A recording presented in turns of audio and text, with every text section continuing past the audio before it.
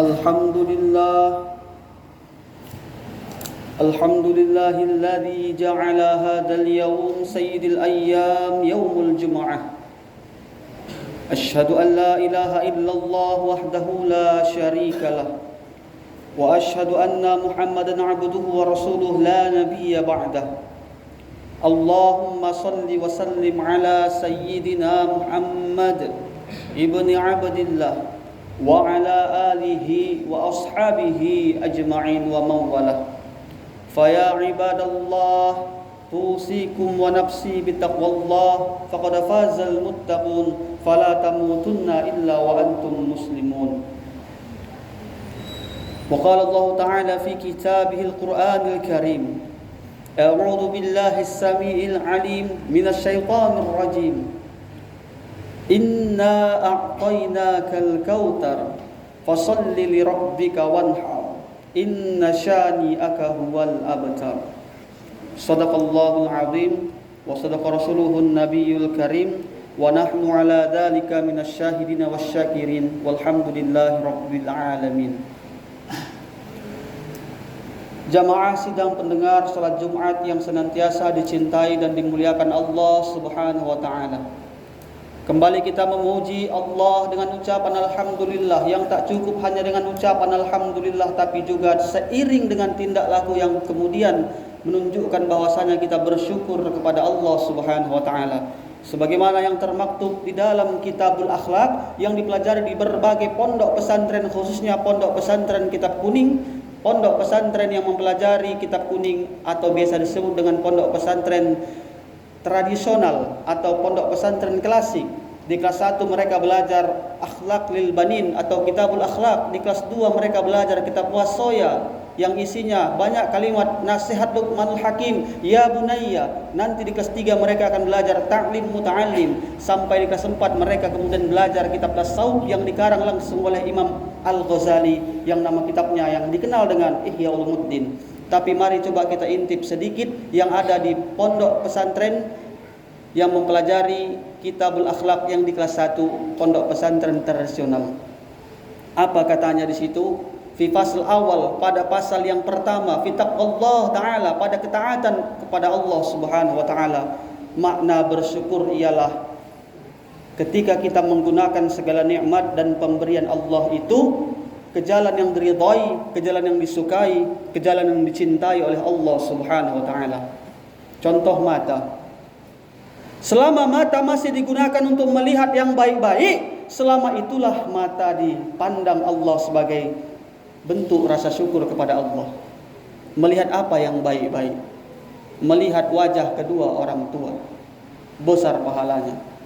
Melihat wajah guru-guru, ustadz, kiai, para alim ulama. Melihat apa lagi? Melihat Al-Quran, membaca kitab suci Al-Quran.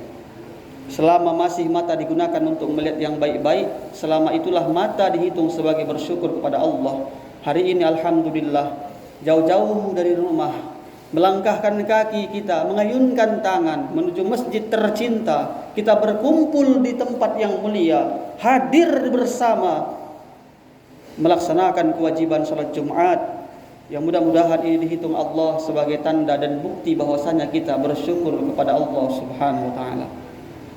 Berselawat kepada Rasulullah sallallahu alaihi wasallam dengan ucapan Allahumma salli ala sayyidina Muhammad wa ala ali sayyidina Muhammad. Kami selaku khatib selalu mengajak hadirin sekalian, khususnya pribadi, agar sama-sama kita tingkatkan ketakwaan kita kepada Allah Subhanahu wa taala, agar Allah Subhanahu wa taala meridhai kita.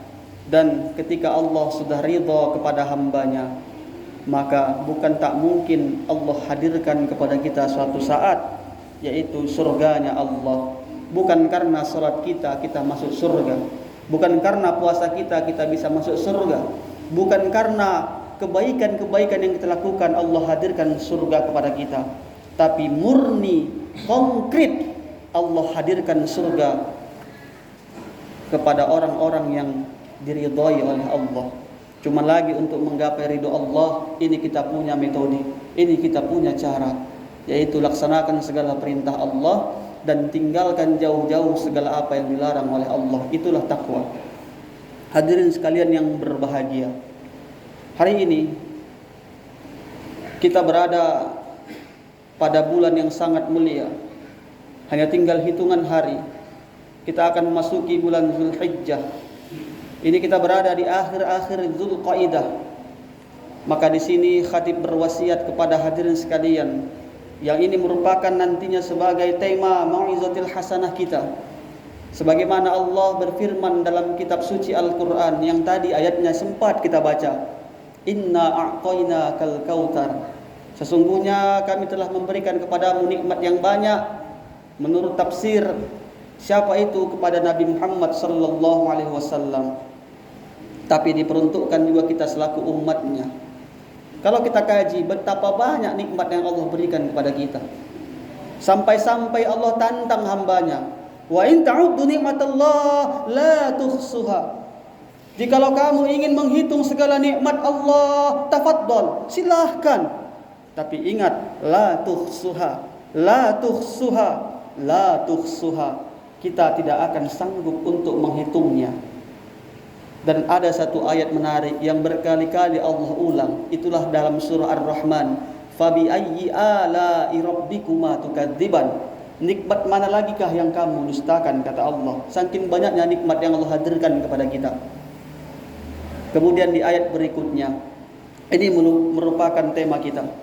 Fasalli li rabbika wanhar. Maka salatlah untuk Tuhanmu, wanhar, dan berkurbanlah. Hadirin sekalian yang dimuliakan Allah Subhanahu wa taala. Hubungan manusia dengan Tuhannya itulah hablum minallah. Hubungan kita dengan sesama manusia itulah hablum minan nas.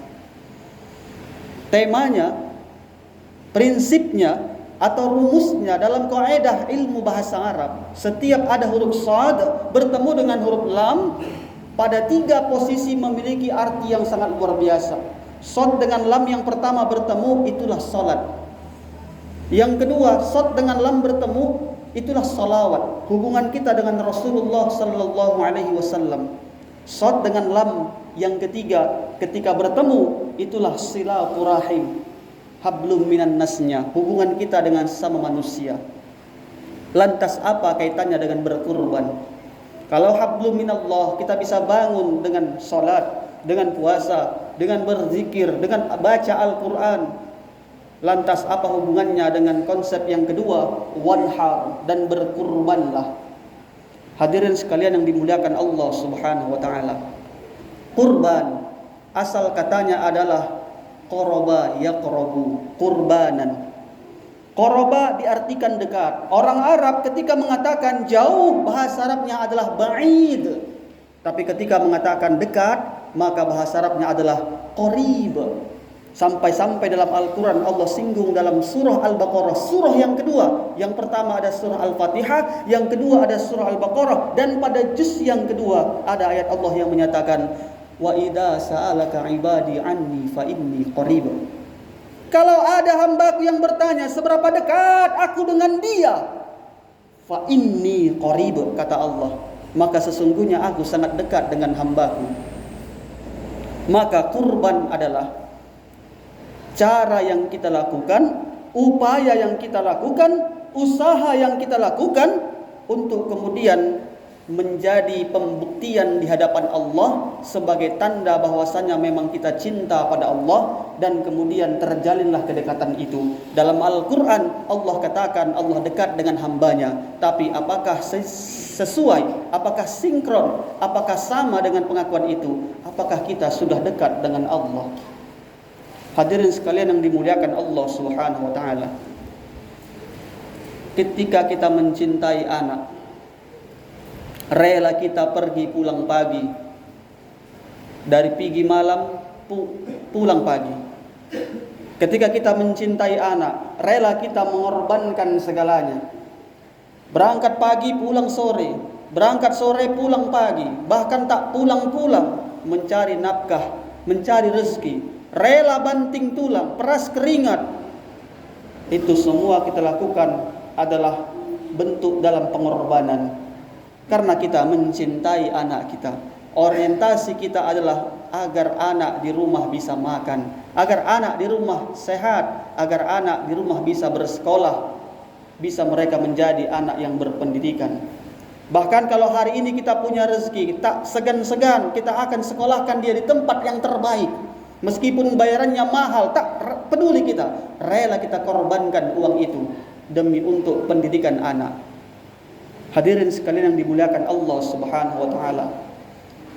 Apalagi hari ini kita memasuki hari di mana anak SD hampir selesai ujian, yang sebentar lagi mereka akan tamat, dan mungkin ada yang sudah mensekolahkan, mendaftarkan anaknya di berbagai sekolah. Tapi saran khatib pribadi untuk hadirin sekalian, secinta apapun kita kepada anak, tetap yang paling kita prioritaskan, yang paling kita utamakan adalah bagaimana kemudian nanti anak kita menjadi anak yang soleh dan soleha. Karena tantangan zaman sekarang ini, setidaknya ada 3 hal yang membuat anak itu bisa berubah karakternya, bisa berubah etikanya, tak berakhlak dia, tak beradab dia. Yang pertama, faktor keluarga. Maka keluarga harus memperhatikan baik-baik. Tapi khatib kira, keluarga apapun itu, keluarga seperti apapun itu, pasti akan memberikan pendidikan yang terbaik untuk anaknya. Anak tak sholat, kita suruh sholat. Anak nakal, kita suruh berhenti nakal, jangan nakal lagi. Setidaknya tingkat kepedulian itu tetap kita berikan dalam bentuk perhatian kita kepada anak. Apakah bentuk motivasi? Nanti kalau kamu tamat sekolah, dapat juara, kami belikan ini dan itu segala macam, itu strategi. Faktor yang pertama aman. Faktor yang kedua, faktor pendidikan. Khatib kira seluruh pendidikan di Indonesia ini, dari tingkat SD, SMP, SMA, bahkan pondok pesantren terlebih, selalu memberikan yang terbaik. Kalau ada kemudian yang mengajarkan yang tak baik, itu oknum. Tidak semua, tapi sebahagian besar selalu mengajarkan yang terbaik. Yang pertama, yang kedua masih aman. Tapi faktor yang ketiga yang sangat rawan, yang sangat kita harus hati-hati. Apa itu? Yaitu adalah faktor lingkungan, faktor pergaulan. Kalau anak tidak kita pantau lingkungannya, kalau tidak kita perhatikan pergaulannya, inilah cikal bakal merusak anak. Virus yang lebih berbahaya daripada corona di zaman sekarang ini adalah virus HP. Ketika anak udah tahu HP, mereka akan lebih mengutamakan main game daripada sholat 5 waktu. Ketika mereka sudah tahu main HP, inilah rawan, bisa jadi mereka melakukan hal-hal yang sangat tidak kita duga, judi online. Innalillahi wa inna ilaihi raji'un. Wa na'udzubillah, dan kita berlindung kepada Allah Subhanahu wa taala. Jadi bagaimana caranya untuk mendidik anak, mempertahankan anak dalam nilai-nilai kebaikan? Tak ada cara yang lain, Pak, selain memberikan ia pendidikan agama. Kenapa harus agama? Karena agama berasal dari bahasa Sanskerta. Tidak, gama kacau. Agama tidak kacau. Setiap agama punya aturan tersendiri. Agama di luar Islam, andaikan mereka hari ini bukan orang Islam sekalipun, dalam agama selain Islam mereka juga dilarang untuk membunuh. Mereka juga dilarang untuk berbuat yang jahat. Tapi kata Allah dalam Al-Quran, tidak semua agama itu selamat. Hanya satu yang selamat. Innad din indallahil Islam. Agama yang terima di sisi Allah hanya agama Islam. Berikan anak pendidikan agama. Pinomat masukkan ke pondok pesantren. Hari ini ada 58 pondok pesantren di Aceh Tamiang. Kabarnya tahun 2025 ini, bahkan sampai 2026 nanti di Dinas Daya akan bertambah lagi menjadi 60 pondok pesantren. Silahkan pilih pesantren yang mana. Yang pasti pahami dulu bagaimana sekolahnya, pahami dulu bagaimana metode pendidikannya, pahami betul-betul apa akreditasinya, pahami betul-betul bagaimana guru yang kemudian linier mendidik anak-anaknya. Yang paling penting mereka menjumpai sesosok role model, contoh suri tauladan yang terbaik untuk anak-anak kita. Setidaknya di pesantren mereka dilarang main HP. Setidaknya mereka di pesantren mengaji Al-Quran. Setidaknya di pesantren mereka belajar yang baik-baik. Dan kemudian di rumah kita tingkatkan usaha kita dalam bentuk doa maupun bentuk usaha kita cari rezeki. Tapi yang paling penting, jangan memfasilitasi anak sesuatu yang tidak biasa difasilitasi di pesantren. Di pesantren dia tidak main kereta. Di pesantren dia tidak main HP. Bukan nggak boleh selama di rumah dia main HP, boleh. Tapi sedikitlah kita luangkan waktu untuk mengkontrol. Karena di pesantren mereka punya hafalan, begitu di rumah lalai karena HP, hilang hafalannya. Hadirin sekalian yang dimuliakan Allah Subhanahu wa taala. Itulah bentuk kasih sayang kita kepada anak. Ketika kita cinta pada anak, ketika kita sayang pada anak, kita rela mengorbankan segala sesuatunya untuk membuktikan cinta kita pada anak. Hari ini yang menciptakan anak Allah, yang menciptakan istri yang kita cintai di rumah Allah. Seluruh yang ada di hadapan kita yang menciptakan Allah. Sama anak saja kita rela mengorbankan segalanya. Hari ini Allah minta apa yang bisa kita korbankan. Terlebih sebentar lagi akan memasuki bulan Dzulhijjah. Kalau ada keluangan rezeki Bapak, silahkan berangkat pergi haji. Tapi kalau belum sanggup umpamanya, silahkan lakukan pengorbanan. Tak sanggup beli seekor lembu, bisa patokan, bisa kumpul, buat komunitas. Tak sanggup juga pinomat, beli seekor kambing atau domba. Setidaknya ada pengorbanan kita di hadapan Allah. Kalau kita ceritakan kilas sebaliknya, bagaimana Nabi Ibrahim, anaknya sendiri pun rela dia korbankan demi membuktikan cinta dia kepada Allah Subhanahu wa taala.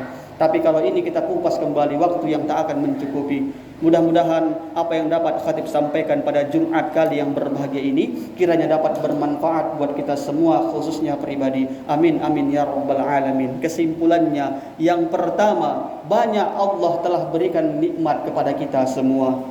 Apa cara kita mensyukuri? Tentu dalam bentuk tindakan yang nyata. Tak cukup hanya sekedar modal ucapan doang, saya bersyukur ya Allah, alhamdulillah, tapi juga harus ada pembuktian. Fasholli li rabbika wanhar, salatlah, maka salat menjadi salah satu bukti yang konkret untuk kemudian kita implementasikan dalam kehidupan. Dan kemudian wanhar, dan berkurbanlah. Ini memang adalah perintah Allah Subhanahu wa taala. Barakallahu li wa lakum fil Qur'anil azimil karim wa nafa'ani wa iyyakum bima fihi minal ayati wa dzikril hakim wa taqabbalallahu minna wa minkum tilawatahu innahu huwas samiul alim. Allahumma salli ala sayyidina wa nabiyyina wa habibina wa syafi'ina wa zuhina wa maulana Muhammad.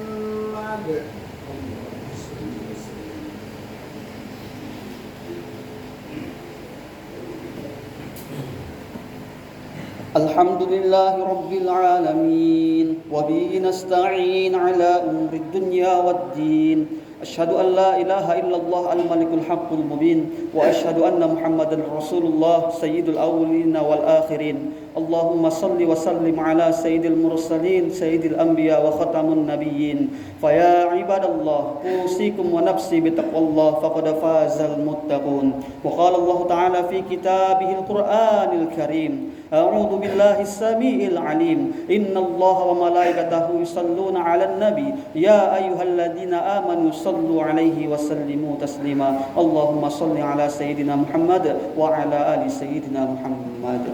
Allahumma ighfir lil muslimina wal muslimat wal mu'minina wal mu'minat al ahya'i minhum wal amwat innaka 'ala kulli syai'in qadir. Allahumma ansur juyusal muslimin ya Allah. Allahumma ansur juyusal muslimin ikhwanana al mujahidin fi Palestin ya Allah. Allahumma ansur juyusal muslimin fi kulli makan, khassan fi biladina hada Indonesia, khassan fi qaryatina hada Aceh Tamiang Ampera ya Allah. Rabbana taqabbal minna du'aana ya Allah, innaka antas sami'ud du'a. Rabbana atina fid dunya hasanah wa fil akhirati hasanah wa qina adzaban nar. Walhamdulillahi rabbil alamin. Ibadallah wala dzikrullahi akbar. Hakim.